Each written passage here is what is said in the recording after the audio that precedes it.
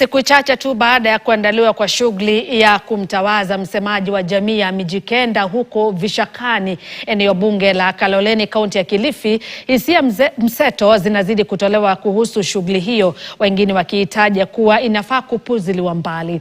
Wakiongozwa na mwenyekiti wa kitaifa wa muungano wa Mijikenda maarufu Taireni Peter Ponda, wanahofu kuwa shughuli hiyo imefanywa kwa lengo la kuwafaidi watu binafsi, huku wakiongeza kuwa shughuli hiyo imekosa kuwajumuisha wakazi na viongozi wa siasa walio mamlakani na wenye ushawishi mkubwa ukanda wa Pwani. Timothy Mtana zimeweza kuanzisha miradi watu wameenda na wakaweza kuminstall ama kumtawaza Mheshimiwa Makwere kama msemaji wa Mijikenda.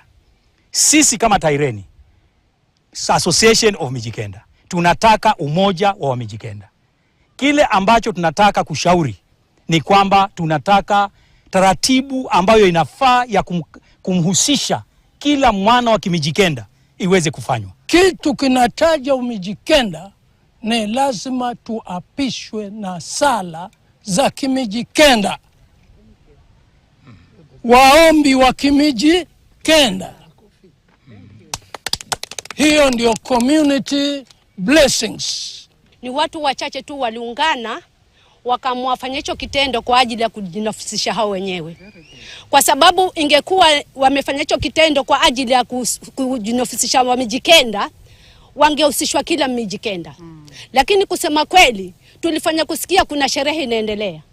Mwanzo wangekuja mashinani, wakahamasisha wa Mijikenda, tukajua kabisa hata kama ni kutangazwa kwa hiyo date ya hiyo sherehe, kila Mijikenda akajua kuna sherehe inaendelea kumtawaza mzee Makwere.